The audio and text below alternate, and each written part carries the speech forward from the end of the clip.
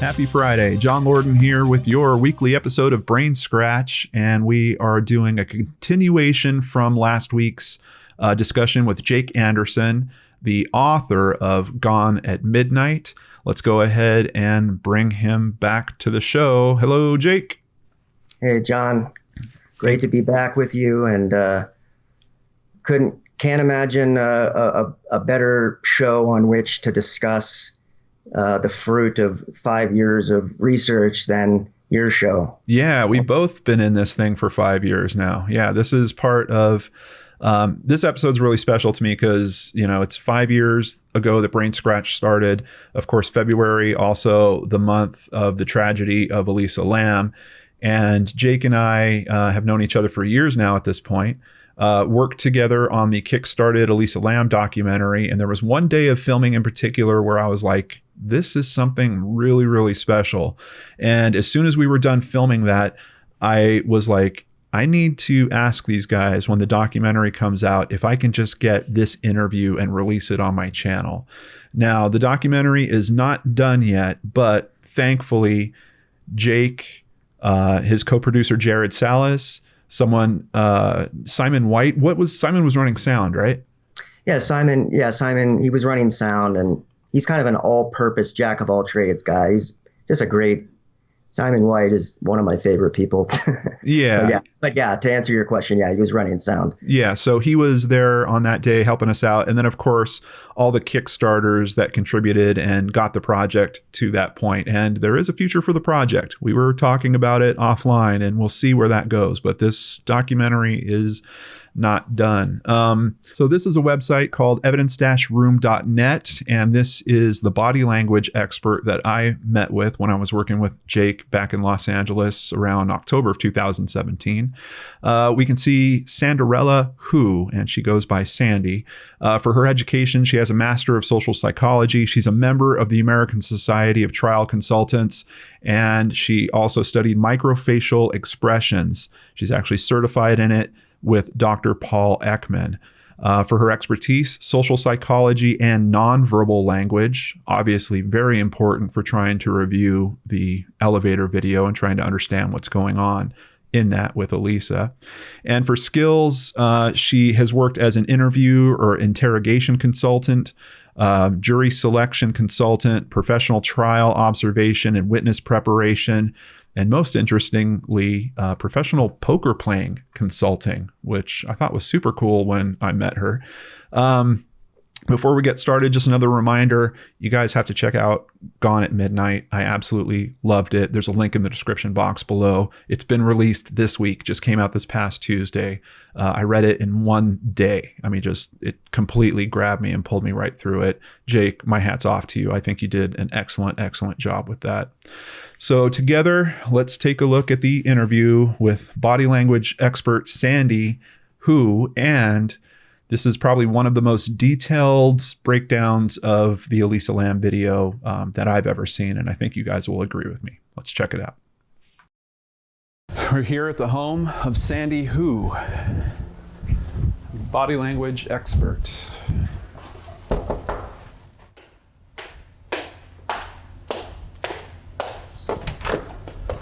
Hi, John. Sandy, hi. Nice meeting you. Nice meeting you too.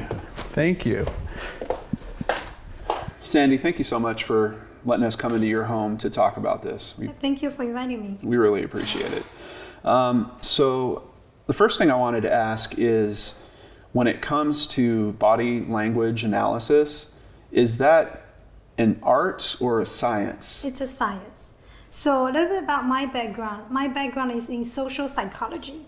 Okay. So body language is one part of the social science research. Okay. So there's a very famous person called Dr. Paul Ekman, and he is my tutor, and he actually created a system for FBI to look into a lot of the crimes The detail is to look into the micro expression from human face and their body language to figure out if they are nervous about something, if they're concerned about something. So it's total science. Okay. And how much experience do you have with this? I've been working as a body language expert for 5 years. For 5 years Yeah. now. And what type of work is that? Who do you work with frequently? So body language is has a very wide range of use. Yeah. My first group of clients are actually poker players. So the professional poker players, they want me to teach them how to read bluff and how to prevent being read of bluff. So that's my first business. But when you work with professional poker players, a lot of times you have to work in a casino. Right. Yeah, and your work starts from like midnight. So it's not a lifestyle that I'm looking for. Okay. So later on, I transit my job into working with lawyers to select their jury. So when you select a jury, you're looking at a pool of jurors. You're gonna select the people that is potentially gonna agree upon with you. So through their body language, you're looking into their true attitude.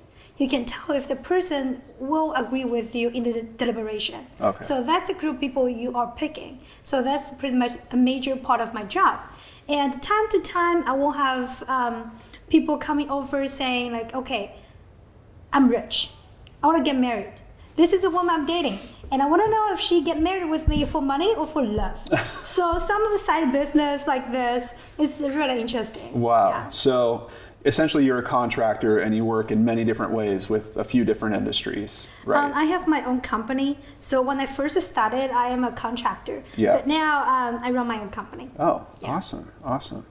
So you know about the Elisa land case? Yes.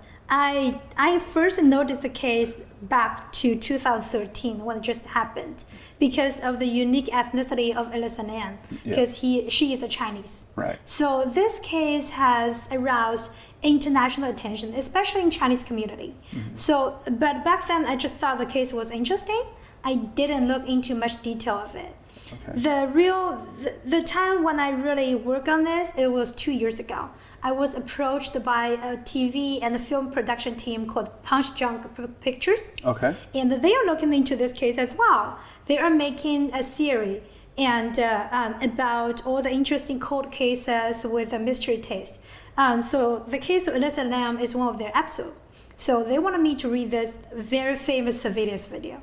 They wanted me to look over the surveillance video to see what's my take on it, because the surveillance video was taken shortly before she died. Right. So potentially you can see some connection between the video and her death. Right, especially if you're looking into the explanation that maybe it was some type of emotional break or psychological issue, right? Right. That's our best indicator is Right. the video for determining Yeah, that. especially before I work as a body language expert, I work as a psychiatrist for 1 year. So I have some background in mental disorder, so that's another angle they want to look into.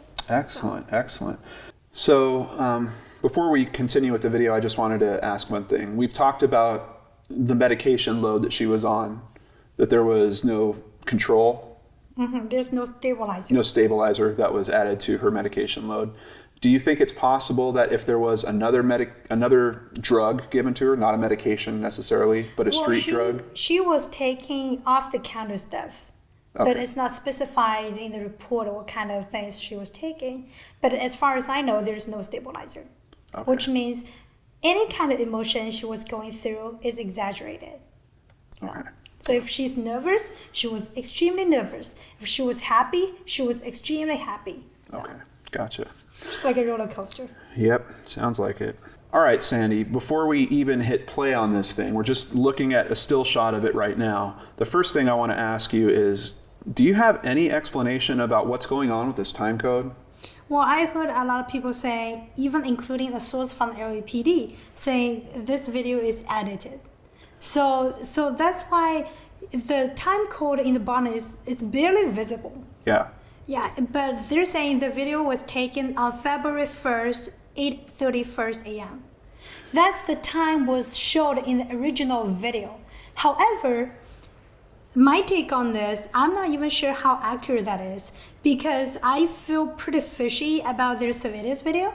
The reason I say this is because this is the only surveillance video that is available. Right. There's no other surveillance video came out along with this one. Right. Let's just envision a typical hotel, right? You're gonna have cameras everywhere in the entrance, especially in the elevator and in the hallway. Yeah. But we do not have any videotape of any of that angle. The explanation from the hotel is saying they do have cameras, but all the cameras are either not working or not working to a degree that is recording. Wow. That's fishy. Yeah, that does sound fishy. And even if this is the only camera in the whole hotel that's working, what are the odds that she only used this elevator one time on this day? Yeah. So there should be more footage. If nothing else, there should be more footage of her in the elevator. Right. And for some reason, they were compelled to release this tape, which shows her acting kind of bizarre, Right. and then shows the elevator also acting weird. Why wouldn't they have released one of the other tapes where it was her just simply being in the elevator going up to the 5th floor to go to her room? Yeah, especially a video that can show a clear picture of her face. Yes. Because I don't see how this video can help with the search of her body. I just got chills from you saying that because I have been making that point over and over and over. I look into missing persons cases a lot. And the videos that are released usually have a very specific purpose. They want to show you in detail what the person looked like. This footage is so bad, you can't really tell what she looks like. And you can barely tell what she's wearing. And it doesn't help us in terms of the location because we know that she was at the hotel. So it's not like we can see this video and say, oh, she was out on the city heading in that direction. We should, talk to people that work over there. Right. The only explanation I can think of is, obviously this woman showing here is acting abnormally. Right. So it leads people to think, okay, maybe she committed suicide by herself because she was mentally ill. So it pushes people think away from the possibility that she was murdered. That's the only explanation I can think of. So this is you talking as an expert saying the intent of this video seems to be to change the public's perception, or maybe not change it, but to push it in one particular direction. How people perceive the case. Yes. Yeah. But so far, the case, it has been 4 years since the Miss Land is missing. Right. No concrete evidence was found about the murder or suicide. So, yeah, it's very intriguing. Yeah. All right, let's go ahead and start this and take a look. She's bending over to look at the keys that she's pressing, right? Right. I know, I've been told that she wore glasses, but she forgot to bring her glasses on this trip. And I think it's kind of important to note that for her to see these keys, she's literally having to put her face right up on the panel. Right. But one of the theories here is that this same girl that is having that kind of trouble seeing scaled the side of a building to get up to the roof in the middle of the night. But what you can see is as she walked into the elevator, her body is very open up. She is very relaxed. Until this moment, I don't see any signals of fear or anxiety. So she is very relaxed at this moment. And the only thing that we've kind of seen her do strange up to, and we're only 13 seconds in, the only thing that we've noticed that is somewhat strange is she has hit more than one button. Yes, she almost hit every single button. Right, at least in the center row. Right. And we're counting that there's 4 lights that are lit up from there up right now. So at this point, we're at 23 seconds in. The elevator hasn't moved. Right. And is it fair to say it looks like she stepped back in the elevator and she was waiting for the doors to close?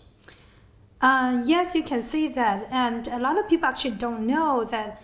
A lot of people also ask why the elevator doesn't close, right? Because I worked a lot on surveillance video. One thing I do know is actually when you push multiple buttons, there's a potential you're going to stall the elevator. Okay. So people think there's something wrong with the elevator. Actually, I don't think that's a possibility. I can help you a little bit here because I went there and tested that elevator for myself. And in that row of buttons she hit, there's other buttons below the 2 that don't light up. One of those buttons is to hold the elevator. Oh. I think it was built that way because they knew that people were going to be moving in. So if they were moving in furniture or something like that, they might need to hold the elevator for a few minutes. When you press that button, I literally took a timer. Once you press that button, the doors don't do anything for 2 minutes. 2 minutes. 2 full minutes. They stay completely open. Yeah, if it's 2 full minutes, that's almost as long as the video of this Elisa lamp. Right. And we could actually, that's a good point. We could actually test the time if we looked at the time frame from when she first presses the buttons to where the doors actually close. Yeah. But this video, I've heard, is the time has been shifted on this video. Yes. Yes. And you agree it's been slowed down? Yes. I'm not sure about that. One thing I'm sure is when you're looking at the time code in the bottom, there was twice the time, the seconds doesn't change. Okay. So one thing I'm sure is it's kind of cut and paste a little bit. Yeah. Yeah, that's kind of weird. Why would the time not change in the seconds? Right. One of the theories I heard is in the actual surveillance video, there's another person that is invisible.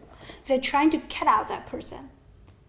But I cannot verify the information. That's one piece of the information I heard it from one of the friend who is a private investigator. Okay, so he thinks that someone was cut out of the video? Yes. Is it someone that could be related to the case, or is it just some other person that was staying at the hotel and they didn't want to show them for some reason? But the reason is, if you think about it, if it's just a normal person who's staying in the hotel, what is the motive to cut him out? That's a good question. The only thing is if it's a suspect or something related to the case and they're trying to hide the identity of that person, then you cut him out. Otherwise, it's just a normal guest in the hotel. Right. What's the point to cut him out? Yeah, because when you'd release the footage, you'd say, we know there's someone else in the hotel. The police have questioned him. Right, that is normal. Because it's a hotel. People come and go. Yeah, absolutely. Okay. Let's continue from 23 seconds. Okay, what just happened there? So she goes out of the elevator very quickly, and if you play a little bit further down, you can see the change of her body language. Okay, so she shoves her head out, she looks both ways, right, and then pulls her body back in. Right. But the speed that she's moving out and whipping her head and pulling back in, could she even see much sticking her head out for only that little fraction of a second and looking in each direction? It depends on the structure of the building. That's a good point. Yeah. And I do remember if that it's a straight hallway, you can pretty much see the whole view. Right. And it's actually even easier than that because from this elevator, if you look to the right, it's not a straight hallway all the way down. There is a wall where the community bathrooms are. So there's a very short distance. It's literally, I think, maybe 10 feet from this to the right where she would see a wall. Looking to the left, that's where the staircase is, and it's a short hallway back to the staircase. So she can actually see the whole view. Yeah. Yeah. Yeah, that's a really good point. Okay, so sticks her head out, looks both ways, pulls back. Now you're saying there's a change in her body language? See, look. At the very beginning, she was very relaxed, right, with her body really open. But here, on 33 seconds, she's holding her hands together and her feet are closer together. So one significant difference between a body being relaxed and being nervous is how open your body is. Right. So if you are nervous and you are concerned about something, then you're trying to hold yourself up, trying to lock yourself up. So that's what she's doing. So this is a very significant psychological change from being relaxed to being nervous. And in a very short time, we're only in a very short period 30 of time. seconds in at this point. Right, so I would say her psychological change happens within 10 to 15 seconds. So it's a very sharp change. So there can be two explanations to that. The first possibility is she walks out of the elevator. There's something or someone she saw that triggers a fear response. Right, that triggers the emotional change. Okay. Or it can be something she was thinking about. And it can also trigger the emotional change.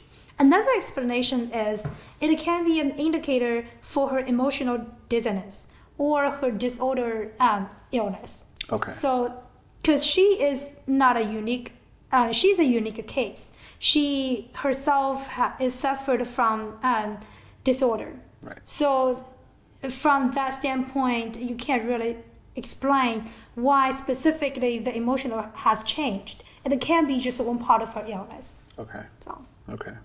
So at this point, 33 seconds in, we have her standing against the corner with the buttons in a way that looks like she's hiding from someone that would be outside of the elevator. So when we started this video, we were talking about, was she possibly feeling weirded out that the elevator doors weren't closing? If I was going through that, I would be afraid of the elevator at that point. I'd say, what's going on with this elevator? Is it broken? Is it going to fall? You know, I'm scared. I'm going to try to get off of it. But that's not what she does. She looks outside of it, and she actually comes into it for security, right? I mean, she's now moved into a position where she's hidden from whatever is outside of this elevator. Now here, I just want to point out, many people have said that they can see her smiling here. Are you seeing that? Yes, I can see a very slight smile. But because the quality of the picture, you cannot really tell if it's a true smile. Okay. It can be just a social smile. So, but you can see her mouth kind of goes up a little bit. Yeah. So it's a very blurry picture. So yeah, I agree. But I do see a very slight smile there. Okay. Yeah, I've always had trouble with that because of the quality. I won't let myself just say, oh, it's obvious she's smiling. Yes. I know it looks like that because we've got two big pixels essentially that are dark that are showing in the form of a smile. Okay, but her body language at this point? She's nervous, but it doesn't necessarily indicate fear. Okay. I can only say she was nervous. Okay. Yeah.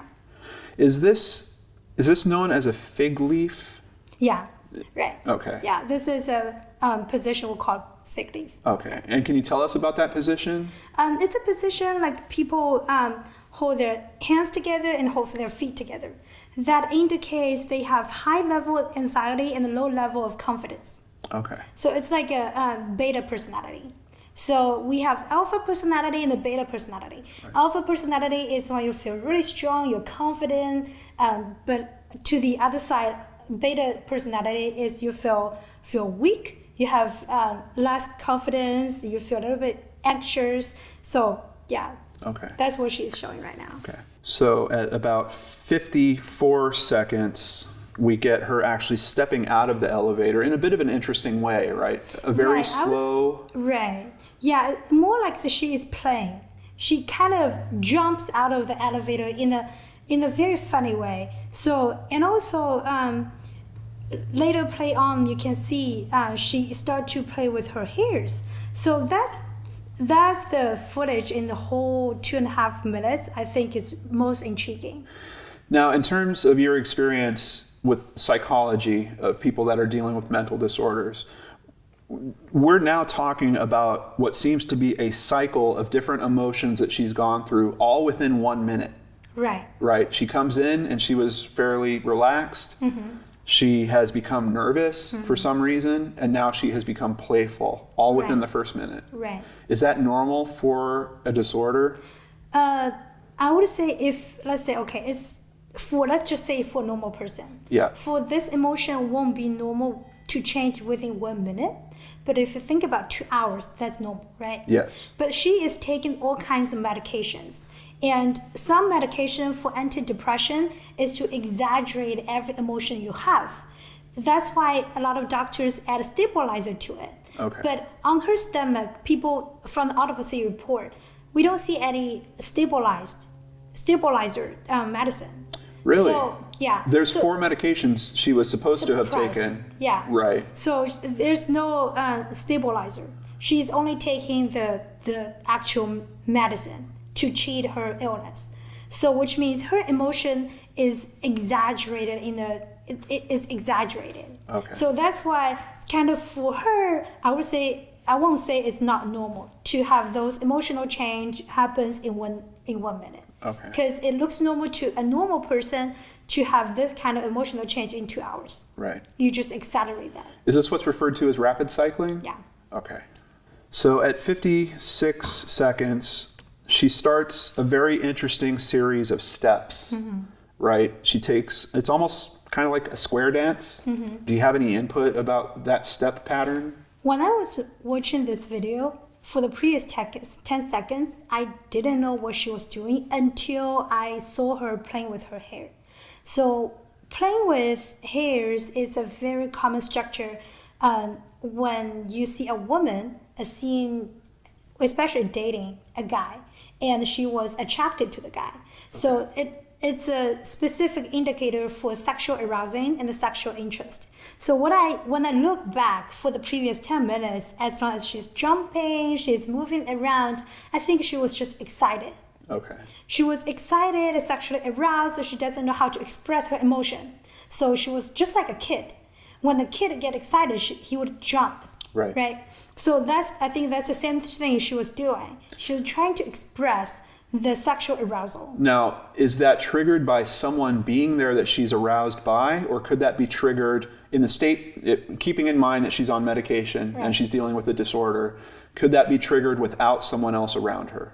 Yes, it can be triggered by either someone she saw down the hallway that is invisible from this video, or it can be just a thought. Okay. She thought about a man that she was interested. Then she gets sexually aroused. Okay. Then she's trying to find a way to express this excitement. So she's jumping around, she's moving around to just express that excitement. Okay. See, that's where you can see she's starting to play with her hairs. Because what she's doing is she's raising her elbow, put her hairs back to the ears, doing things like this. This is a very common gesture when you see a couple, especially when they first start dating. Yeah. They're attracted to each other. They're trying to show that I'm attracted to you. Mm-hmm. So that's a very significant indicator of sexual arousal. Also referred to as preening? Yeah. Okay. That's the part I feel very intriguing because she played her hairs for like more than 10 seconds. Okay. I think I can give you a little insight into why. Right across from this elevator is a mirror. Oh. On the wall right over here. So it could be that she has now stepped out to where she can see herself in the mirror and she is fixing her hair while she's looking in the mirror. Now this explains a little bit more because it explains why she was nervous. Because maybe she was thinking the guy and that is a common thought actually in normal person when they just start dating. They have thoughts like, am I good enough? Will he be attracted to me? Will we have a future together? People suddenly become less confident in themselves when they start dating. They start to have those self-doubt. So especially considering she has mental illness, those emotions can be exaggerated. That's why she's standing in front of her mirror, play with her hairs, make sure she looks pretty. So I think that's where it came from. Now, this is all very well supported if you have looked through her writing online, right? I mean, she has a blog. Yeah, and she's talked about that she kind of has boy trouble and she's trying to find the right man. But the way that you're seeing this activity now, do you feel like she met someone here while she was in LA or could this be a memory of a boyfriend from a month ago? No, I don't think so. I think it's something that it can be either someone she is seeing right now. She can see this person, or it's someone she is expecting to see in a short period of time. But it is within this time frame. Yes. Yeah. That is very, very interesting. Yeah. And now she turns and comes back into the elevator and she puts both her hands out to touch the sides of the elevator as she's coming back in. Do you think she's doing that to steady herself or? I feel like she is too excited to a degree that she's a little bit dizzy. She goes back and starts pressing the buttons again, only the center row. And you can see even when she presses the buttons I'm telling you about that don't light up, that are lower than the lit ones. She has now cycled through those buttons 3 times, maybe even 4. Do you have any insight into why someone would do something like that? I feel like when the first time she did it, she realized that the elevator stopped, right? Maybe I think this time she did it on purpose to stall the elevator. Really? You think she's actually trying to keep the elevator stopped there? I think so. Because I think maybe she was on her way to see this person and she thought she's not prepared. She needs more time to calm herself down and she is trying to smooth her emotion a little bit. So my thought is she is on purposely stop the elevator. And here's where we're getting to her hands being extended. Now, this is one of the most discussed segments in this whole video. This is where it looks like she might be talking to someone. People are wondering what's happening with her fingers. It looks like she's like hyperextending her fingers as she's rolling them around. Can you tell us what you think about that? I feel like she was very hyper at that moment because this happens right after she playing with her hairs. She was sexually aroused. At the same time, I feel like she's also just expressing her emotion. She's trying to express her emotion, like trying to calm herself down. I think that's what's going on with her. So the story that I'm starting to hear from you in terms of the events that are going on here is she could potentially be on this floor because she was planning on meeting somebody. Yes. She's excited to possibly be meeting this person. Right. She is preening and checking herself in the mirror. And at this point, we know that that mirror is right across from her. This conversation, could this be her rehearsing a conversation? Very likely. Very likely. Yeah. Possibly. She can be talking to herself. Right. About how she want to start a conversation with this guy when they first met. Or it can be any thoughts regarding this meeting. I think it's just a one way she's going to express herself. And that she's make herself perfect to impress this guy. Okay. And is there anything about the hands in particular in terms of messages that you can tell about her emotional state? One thing I can tell is she's very hyper is because every single finger of her hand is stretched out. Okay. So that's an expression saying she's really hyper, she's on the extreme emotion. Like there's too much energy in her and she's like trying to shoot it out almost. Okay. Is she counting? Yeah, looks like she is counting like 1, 2, 3. It can be a part of the rehearsal saying, okay, this is some of the things I want to do with this person when I meet with him. Okay. Saying, okay, I'm going to do this, I'm going to do this, or I'm going to do that.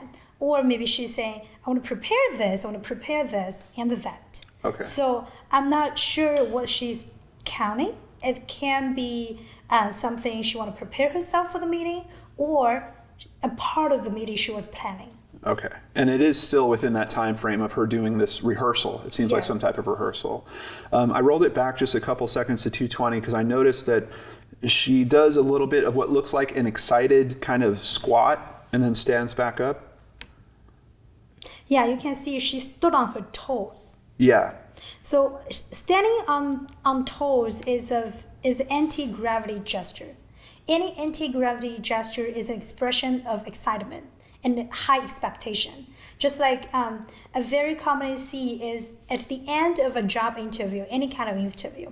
If you feel like you're doing a good job and if you're likely you're gonna get the job, one thing a very common seen is people doing this. Yes. Yeah. So that's an anti-gravity gesture. That's kind of the same thing she was doing. She was standing on her toes to express her extreme excitement and high expectation. Almost reminds me of like if you ever see a child on Christmas morning, when they run in the room, they're always up on their toes, right? Waiting for their Christmas gifts. Right. Yeah. Now at around 2:30, we have her step out of frame, and a lot of people think that the way she steps is kind of weird because of that little dot that's left there at 2:28. Some people think that that is a shoe, that is someone else that has pulled her out of frame, and that's that person's foot because she has stepped out. Let's watch it again. I just want to get your thoughts on this, because if it's the front of her foot, she has essentially stepped over it like this. I think she's just making a turn, right? That she's turning in the hallway. Yeah. I think so too. I've looked at it a lot. Yeah, I actually don't think that part of being weird, because it looks like she just made a turn. Yeah, and she can't keep walking forward because we know there's a wall there with the mirror. Right. And once again, she has walked towards the mirror and she's turned in front of it. So we get some really interesting things happening around the 3-minute mark here. First of all, if you keep an eye on the time code, we're going to see that it completely freezes, including the milliseconds, 3 times within a few seconds, and then the elevator door does this jump of like 6 inches. It goes from being completely open to about 6 inches into its closing cycle within a second. Now, this is one of the places where people think this might have been edited. And a question I have for you is, which we talked earlier about the possibility this was edited. You said that you've talked to a source. Right. And what did the source say? So my source from LAPD said the video was edited, and in the original video, there's one more person that is visible in the video, but they kind of cut it out. So this is likely the spot where it was edited. I know Yes, there's 2 spots that I've seen mentioned online, but we know that this is potentially one of the spots. Yes, potentially, I think what happens here is they cut couple footage out, then put the rest together. That's where the timestamp freeze. Why is this footage even here? Yeah, that's one of the questions I have too, because the footage doesn't help searching for Elisa Lam at all. Right, and we're already about a minute after she has left it. Right, we last see Right. her around 2:30. Yeah, So yeah, that's we're 11. So Yeah. it's about 40 seconds after she left the elevator. and we still in have this video. and we still have 40 seconds to go. Yes. And she never comes back into the video. Right. So I think what happens here is they trying to create an illusion that this is a complete video. From the time that Miss Lan entered into the elevator to the time she get out of the elevator. So it looks like a whole event, right? So they trying to create an illusion that there's nobody that is involved within this whole thing. So you think, and you're recognizing that there seems to be some intent in the way this video was released, Right. that they're trying to tell a complete story of some kind. Correct. When I first looked into this case, I was convinced that this was like a Hollywood production company, specifically because of that. What is this video really telling us? We've already gone over the fact that you can't see her. You get a pretty weak description of her clothing. It's not helping us in terms of the direction she's going in. And we're getting all this extra footage of, from here on out, it is just the normal operation of an elevator. Right. Of an empty elevator. Of an empty elevator there's no subject here. Have you seen any other videos related to cases that have had this type of information? Never. This is my first time seeing a video like this, and it's really, really weird and intriguing because it's kind of trying to manipulate the way people see the disappearance of Miss Lam. Because it's trying to create an illusion that, a more possibility that she killed herself because she has mental illness. Because clearly in this footage, she was acting weird. So it makes sense to people that, she has mental illness. And a common sense for people is if person is suffering from depression, very likely she's gonna kill herself. So I think that's where the video trying to get people to think. However, as a body language expert, you can clearly see more than that, as we discussed earlier. So putting all this together, the only deduction or theory that makes sense to me is let's just say it's 8:31 a.m. in the morning. So she went out to have breakfast or have a run or whatever. She came back to the hotel all relaxed. Then she entered into the elevator. Then she started to think, oh my God, I eventually have my own room and I gotta meet this man. Because initially she was sharing her room with 2 other roommates, which is not ideal to meet a potential date, right? So now, eventually I have my own room, I gotta meet this man. So she's saying, then she started to think, am I good enough?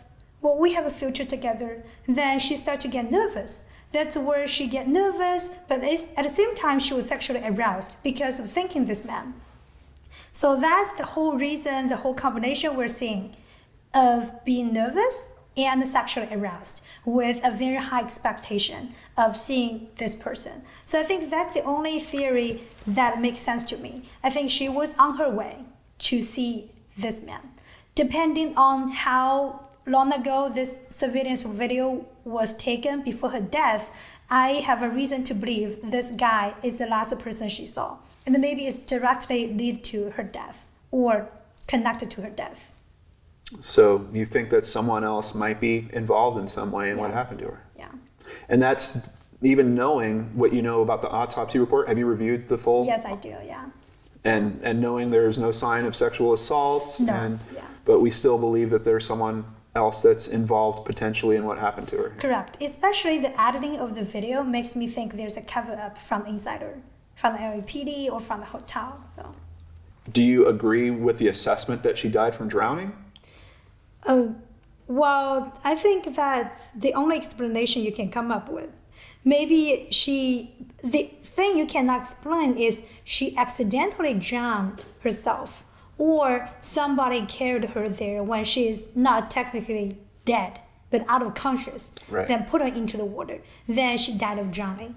So I agree with the fact that she died of drowning, just I don't know if she accidentally drowned herself or she trying to do a suicide, then drown herself, or someone killed her, then drown her. So this is the part that I feel tricky. Okay. Yeah.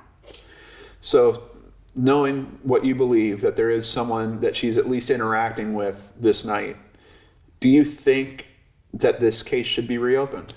I think so. I think a lot of the details hasn't been touched, and a lot of the details is not being addressed. Also, the public has a lot of questions towards the case, including, I think, the family as well. I think they deserve an explanation how Elisa Lam was end up in the water tank. And I think it's good both for the family and for the public.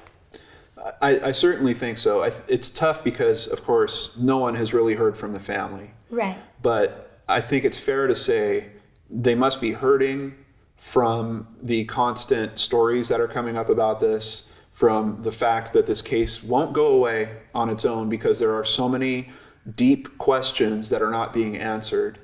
And I do think that at some level, the LAPD should really step up and potentially try to help by getting some information out that takes care of those questions.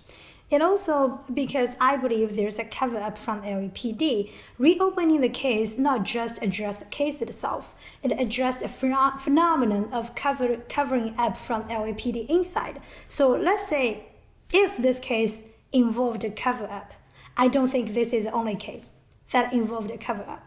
It must be a very general phenomenon. So if we can get this case reopened, maybe we can help other cases in the future to do a more thorough investigation as well.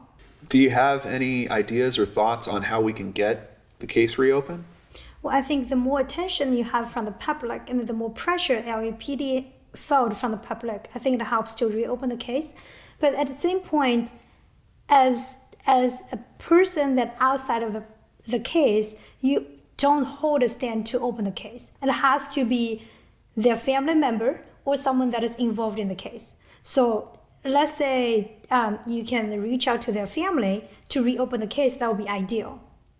Do you think that there is potentially any danger in trying to have this case reopened for someone that would? Potentially, I think there is, because you're facing LAPD. It's an authority. You're challenging authority. So when you change the way they operate their system, kind of you're telling them how to run their business. So also you're getting in their way to make money, maybe. So I think potentially you feel you're gonna have some threat. Yeah. But I think the truth is more important than that. I think they deserve a truth. I don't know about you, Jake, but every time I see that video, it just opens all the questions back up for me. First of all, I wanted to ask, did you drill into any information about this really happening at, she kept saying 8:31. I know your book is called Gone at Midnight.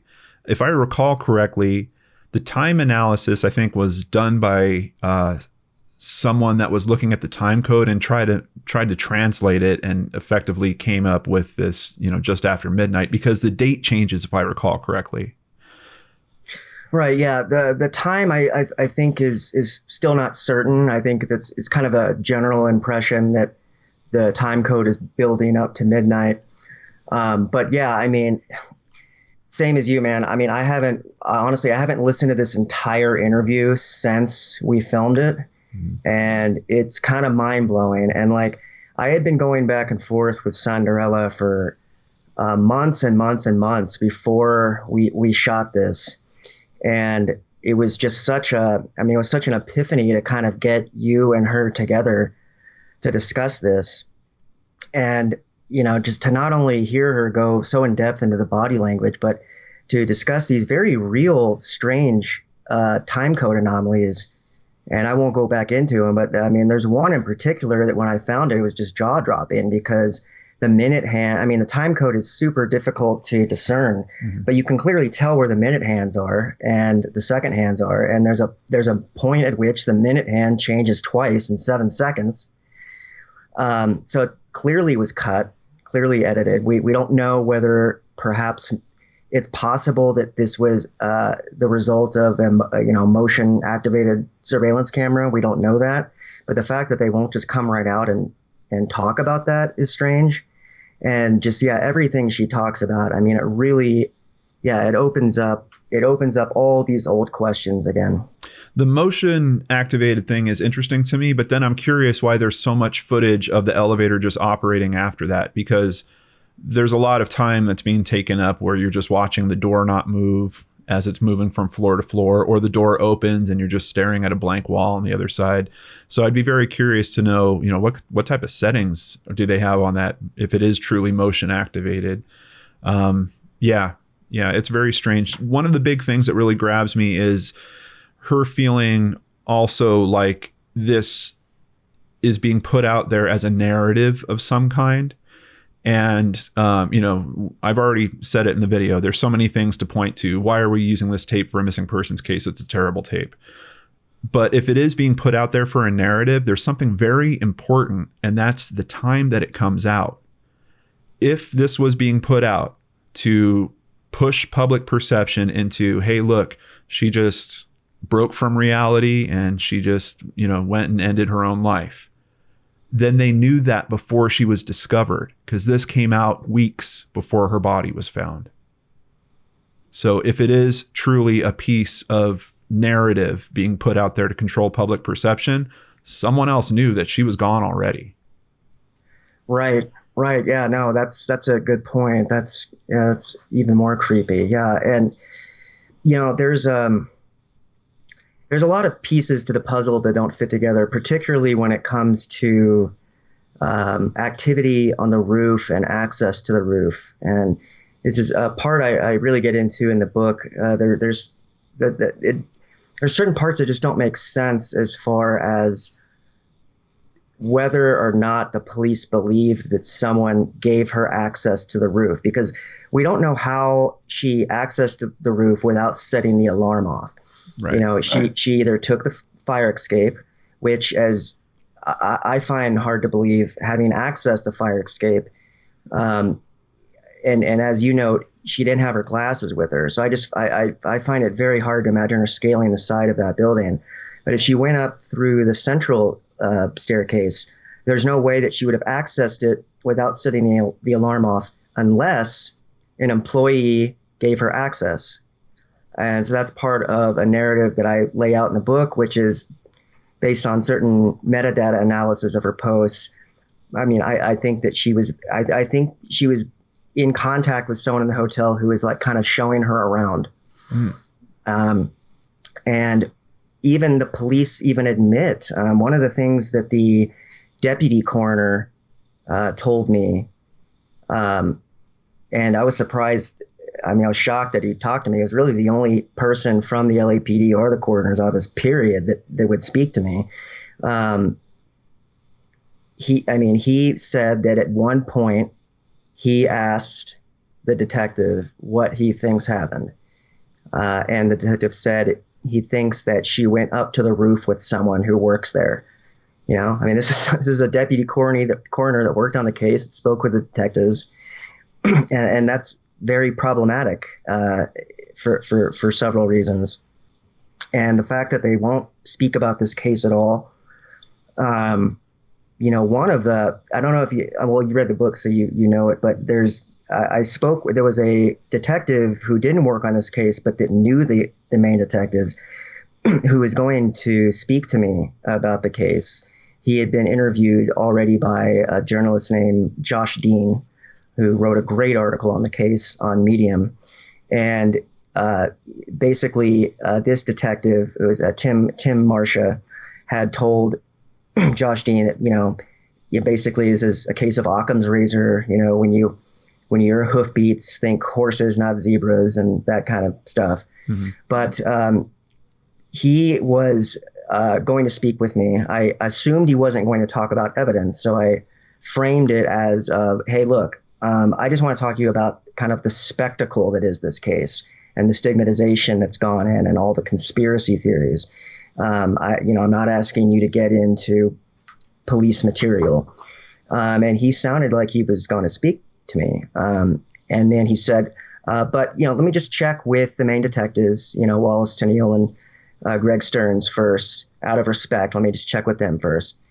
And he didn't get back, or he basically said, I can't talk about the case anymore after he spoke with them. And then he blocked my email. There was no reason to block my email. And I know he blocked it because the error code I got, that's what it means. The error code I got means I was put on a block list. So I emailed him from another account, asking him, hey, look, I don't know what happened, but my email isn't going through to you. Can I just ask you a few peripheral questions about the case? Nothing to do with the investigation at all. And he never responded to me. Just very strange, very strange. Greg Stearns himself, who was one of the main detectives, I was really going hard. I was really trying to get some of these detectives to talk to me. And I knew it was like less than a 1% chance. So I finally tweeted at Greg Stearns. He's on Twitter. And I said, hey, I've been researching a case that you worked on, and I'm working with some new information. I was hoping maybe I could just chat with you really briefly. And he was like, what case? And I was like, Elisa Lam. And he said, I'm not interested in talking about that case. And then someone else, because Twitter is public, everyone can see the replies. Someone else tweeted, yeah, well, thousands of other people are interested, and maybe the police should open up a little bit and talk about this, which was a good point. I never was able to get a hold of Wallace Tennille either. And so there's so many anomalies and problems. I mean, that's the thing, John, is after all this time, after all these years spent digging into this, I kind of feel like I'm right back where I started. Yeah. I have a little bit more operating information to work from, but all that information did was make me even more certain that something is wrong here. And so in writing this book, I wanted to honor Elisa as a person, as an artist, as a writer. But I also wanted to tell a little bit more about her story and kind of destigmatize, her being painted as just this crazy person, which is, problematic for many reasons. But the more I dug into it, the more I kept finding reasons where, I don't think this was just mental illness. I think mental illness was involved in terms of a problem she was dealing with at the time. And I do think she was having a mixed episode. And in bipolar speak, a mixed episode is when you're having a period of hypomania and depression at the same time. Mm-hmm. And I've experienced that myself while I was staying at the Cecil Hotel, oddly enough. I don't know if it just brings it out of people or not. But I do think that she was experiencing that, but that doesn't necessarily mean that there wasn't also some suspicious activity going on. It's well known, well documented by clinical researchers that women who are experiencing mental illness are far more likely to be targeted for sexual assault because predators search out vulnerability in people and they target people like that. Yeah. So there's still a lot here, and I think the general narrative for the past couple of years has been case closed. And I respect some of the people that have said that. One of them was a woman who said this is a case of mental illness, and it's not a mystery, it's a tragedy. And while I agree with some of what she said, that it obviously is a tragedy and it is a case of mental illness, I don't think it's case closed. Yeah. Yeah. For me, I keep going back to that tape and the intent of that tape. And we actually now know now that there was more than one tape. We did have one of the detectives talk about in an article that they have footage of her coming into the hotel with two men. Some type of box is involved. I don't know if that's just takeout or something else, but so we know that they had other footage. They didn't choose to release that. Instead, they released this. And I've looked into hundreds of missing persons cases. I've never seen any. I've seen a lot of tape on missing persons. Nothing like this. And in some cases, they won't even show the whole tape. They'll just take still shots from the tape so that you can actually see and just the way this case was processed defies my expectations for what goes on in missing persons cases in so many ways. I still can't get around it. And I get stuck watching that 4 minutes over and over and over and have new questions. Another aspect of the tape is the avenue in which it was released, in terms of this was not the LAPD posting it on a public forum as the official LAPD. This video, for some reason, was given to a reporter named Dennis Ramiro, who writes for the LA Weekly. And so the original surveillance tape that popularized the case and which went viral was on his personal account, Dennis Ramiro.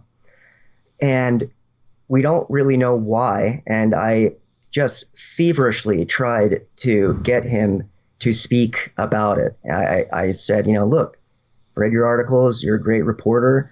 I'm just trying to find out what was the process for why. I mean, does the LAPD normally give you tapes like that? Did they say anything to you about why you were posting it? And he just steadfastly would not speak to me. And I tried many different ways, and I even conscripted other people to try to do it too. I mean, I thought maybe he just has some personal problem with me or something. In trying to dig into this case, a point of rhetoric we encounter quite often is the police don't want to put forth any information out of respect for the family, out of respect for the victim. And this is problematic to me because they started it in the first place. They published this video that has no evidentiary value whatsoever and raises tons of questions and stigmatizes the victim. They are the ones that published this video. They didn't know it was going to go viral. At the time, I think maybe they just thought, well, this will make it clear that when we say it was an accident, oh, yeah, it was an accident. They didn't realize it was going to go viral. But when they return rhetoric saying we're doing this out of respect to the family, I just find that particularly almost demented in its logic, because they're the ones. They created this spectacle. This case would have never been as viral and as sensationalized as it was without that tape. Yeah. Yeah. And do we have judges talk about rulings before they happen out of respect for the family in a wrongful death suit? There's a lot of things that are very odd about how all this went. But it has pulled together many different people. It's pulled us together. It's pulled together a lot of people interested in this case. And there are people that are interested in more than just the ghost story versions about this case. And I'm thankful to you guys for being out there and watching this kind of stuff, watching us dig deeper and actually try to understand this at a much deeper level and learn what lessons we can from it. I think the book is excellent at doing that. There's so much great information in this book. For me, it was like a time capsule, because all of a sudden I'm remembering how I came into doing true crime and being part of this social media movement around cases like this. There's so many different aspects to the book that I love. It is called Gone at Midnight. It was released this past Tuesday. You can find it on Amazon. There's a link in the description box below. We've got Jake traveling around the West Coast. If you want to see what he's doing, there's a link in the description box below to his Twitter account. You can follow him there. Maybe come out and have him sign a copy for you. Before we end today's video, Jake, there was an anecdote that you wanted to share with the audience. Oh, yeah. a little trivial. But in the middle of filming, I was going to.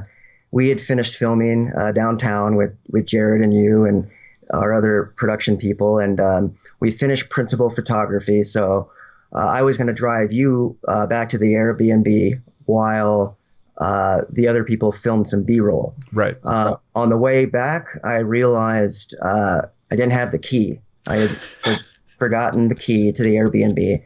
Super professional. And I felt so horrible about it because you had already been so generous in flying out to do this. And I mean, that really is a huge gesture and effort you made. I mean, to come out and help us with this. So I just felt, awful about it. So I was like, hey, why don't we go to the bar? And, me and you had a shot at the tequila and got to know each other a little bit better. So sometimes things work out in some strange way for the best. And, this is, hearing your praise for the book really warms my heart. And, I do think we have a partnership going forward where we can work on other cases. I think we see eye to eye on how the internet and web sleuthing can be used in criminal justice. And it just goes to show that things can work out in life like you don't expect them. And, for anyone else out there who's struggling with depression or mental illness, don't feel alone. Don't feel like a freak or a mutant. There's nothing wrong with you. You just have, we're all on a spectrum of neurotransmitters going this way and that. And we live in a pretty demented society too. So there's a lot of socio-emotional pollution going on at all times. So there's nothing wrong with having a mental illness. I'm here to tell you. And be happy that you have this opportunity to explore your issue and battle it and have that adventure and have that arc in your life, and realize that that doesn't happen for everyone. Some people, their arc is cut short, like Elisa, and our society has a lot of reckoning to do with how consciousness is treated and how it flows in our society. And I think if anything can be taken from this beyond just a investigative approach into what happened, we can use Elisa as a kind of metaphor, as a symbol of someone who is brave to speak up about what she was going through and to try and work on these issues in her name. Absolutely. Something else we're going to be doing in her name. I did kind of a tribute to video to her at some point where I took a lot of her writings and we put them together. And really the point of that video was to drive people towards the United Way, people that might be struggling as well. So also in Elisa's name, as a thank you to you, Jake, and all the other people that helped on the production of the documentary and were so kind to share this footage with me, we're going to make a donation to the United Way as well in Elisa's name.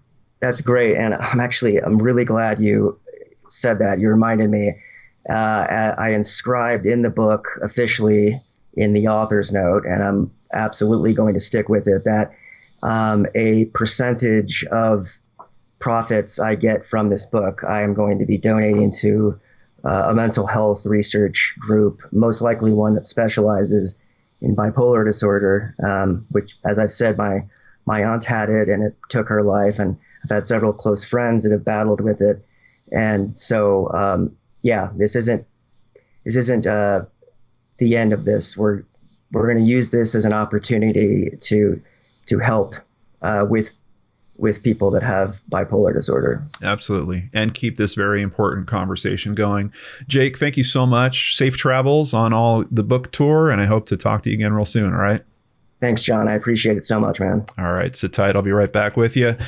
That's it, everyone. Thank you so much for joining us on this BrainScratch. I'm so proud to be able to share this footage with you here today. Once again, a big thank you to Jake and his co-producer, Jared, and of course, Simon for helping us shoot that day. And of course, most of all, all the Kickstarters. You might be one of them out there.